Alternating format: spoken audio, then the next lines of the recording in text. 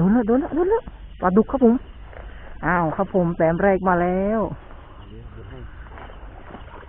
ไซส์สวยครับผมพันอีกแล้วก็พันอะไรอีกนะ